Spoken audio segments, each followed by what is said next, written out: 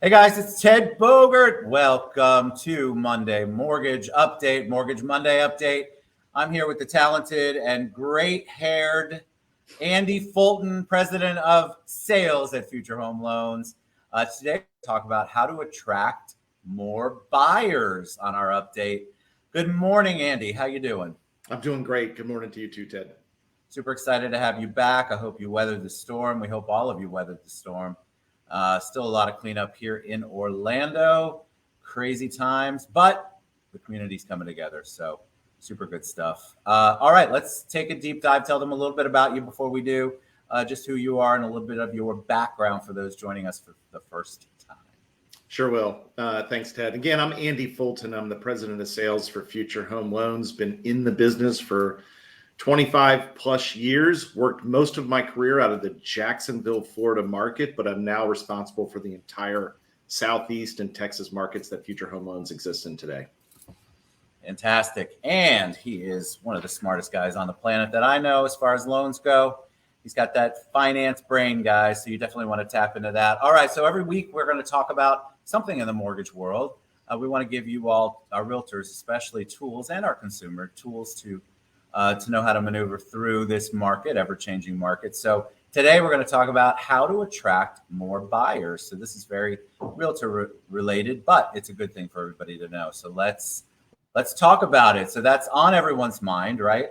The inventory is a little bit better than it was. But, everybody's kind of in that listening to the mainstream media and the sky is falling.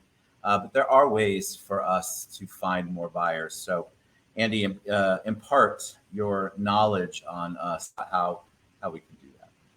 Yeah, I think everybody that's watching this show today is already realizing that the market is more of a buyer's market today than a seller's market like it's been for the last few years. There's a couple things that you got to adjust, right, to be successful as a realtor. One is just sales activity's got to go up, right? You're going to need to probably spend more time doing open houses, probably spend a little bit more time on how to effectively list properties and market properties today as opposed to what you had to do maybe 8 or 9 months ago. But that doesn't mean that it's too hard to sell homes. Actually, I think we're in much more of a normalized housing market today than what we've been in recently. And normalized is an interesting term. I don't know that the housing industry has been normalized for the last 15 years. But the reality is, I think it's normal for a home to be listed for 60 days in this market now, and maybe even longer. So the real trick to this market right now is bringing people back into the buyer side of the market. And I think one of the things that is crystal clear impacting the number of buyers that are in the market really is the cost of financing, right? Interest rates are up quite a bit from where they were this time last year, but they are still competitive and they are still worthwhile looking at, right? When you look at the historical trends of interest rates, where interest rates are today as opposed to where they are at their highest points in the 70s and early 80s is nowhere near. It's a third of what those rates were. And really, most people thinking about buying homes right now, they're evaluating what their options are. And for that big millennial generation, the real big evaluation is, do I want to continue to rent or do I want to invest in a home that's mine? And I think most want to invest in something that's theirs. And many might be sitting kind of on the sidelines going, well, maybe rates will be better in another month or two, or maybe 6 months from now. And the reality is none of us really know. And so what I would recommend to realtors is to really discuss with their clients that are listing their home is how to create more interest in their home. And one way to do that is offering seller credits. And there's really two ways that I encourage sellers to consider kind of positioning a seller credit, right? Both are targeted towards the same message. And the same message is if you buy my house, you're going to end up with a lower cost of finance than if you buy someone else's house. And the two different ways to do that are, one, just offer a basic seller credit to buy down an interest rate, right? All of us that own a home that have to have a mortgage when we bought our home, or if we refinanced it, we had options to pay points to lower our interest rates. And there's a lot of evaluation that goes into whether that's worth it or not. But if a seller's going to pay money towards points to lower an interest rate, there's really no evaluation in that perspective from the buyer. That is an immediate value add and benefit to buying the house.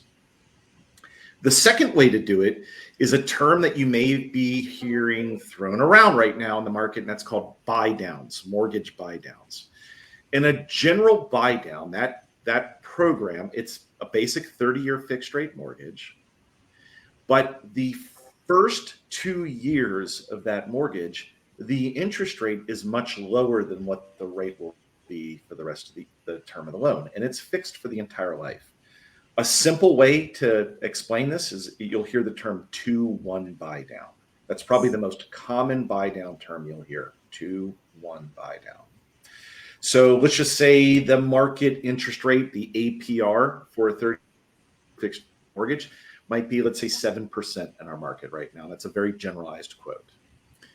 A 2-1 buy down means the first year is going to be 2% lower than that fixed rate. So your first year will be a 5% effective interest rate on your payments, APR. The second year would be a 6% effective rate on the payments. And then for the rest of the term of the loan is a 7% interest rate. And without getting into too much detail how that works, the bottom line is if a seller really has the motivation to want to sell their home quicker than the way it's selling right now, they can offer a seller credit to pay for the fees up front, or to really build the account that creates that buy down on that program. To learn more about that, that's what we do. So you can reach out to Ted Bogert. Ted will get you in touch with our team, and we'll really help you with it. I know one of the questions, thank you. I literally sat there listening to you because that's the kind of stuff that's fascinating. It's also the kind of stuff that our realtor community needs to hear, that there are options out there, and that because of the normalized quote unquote market, you really do have to now think a lot differently, go back to basics and learn some of the options that are out there, which is what Future Home Loans does such a great job at, is educating. Super important for the realtors to be educated, because then that way they have more tools in their arsenal. What do you say? Something like that. Because it's a competitive market. It's gotten even more interesting, and you have the people who are saying everything's slowed down, and then you have people who are saying I'm busier than ever. And the difference obviously is in what they're doing with the database and with their sphere of influence, and having these kinds of tools is just so critical for them. Is there anything different on a 2-1? Any extra qualifications that they have to have, without getting into detail? Because I know that's going to be a question. So is it a basic? Are there other guidelines? Are there things that the buy down requires that the borrower has to qualify for? Yeah, good question. And the answer is no. In fact, that answer is no on both of those scenarios, right? A 2-1 buy down is a very specific program type, and there's no extra qualifications for it. But just a basic seller credit to go towards lowering an interest rate for a client, those are permanent buy downs, right? A 2-1 buy down is very temporary. It only impacts and helps the client or the buyer the first year and the second year. What I refer to as a permanent buy down, I think, is a much better solution. That's just simply the seller offering some level of credit to the buyer. And I would typically put that credit in terms of percentage of the loan amount, right? What percentage of the loan amount would the seller be willing to provide towards buying down the interest rate for the buyer? That is a buy down that's permanent. It's for the life of the loan, right? Buyers can pay points, either fractional points or full points, and a point is a percent of the loan amount, to buy an interest rate down and have a better interest rate for the life of the loan. And if a seller is willing to invest in that to create additional motivation for somebody to buy their home, I think it's a really, really strong sales tactic. I agree. I think it's, again, something that realtors need to familiarize themselves with. And of course, I would love for you to reach out to me anytime. Future Home Loans does so much great work in education, and that's the thing that we're really focusing on, is educating our realtor partners and the consumers on what's out there and what's available, and some creative ways that you can get into the house or let go of the house that you're in. Andy, thank you so much. Every week it's so informative. I'm learning alongside. Anybody who knows me knows I'm learning alongside the people out there listening to us today. And so I appreciate you sharing your knowledge. We'll be back every Wednesday. If you ever have any questions you want to ask me, and I'll ask Andy, we will get them on the show every Monday we film. So just message me. Thanks, Andy, so much. Thanks, Future Home Loans. And thanks to our realtor partners. We pray you guys are all safe and sound after Ian. Thanks, Andy. Thank you, Ted. All right, guys, we'll see you soon. You see my website scrolling across the bottom there. Reach out to me. We want to take care of you.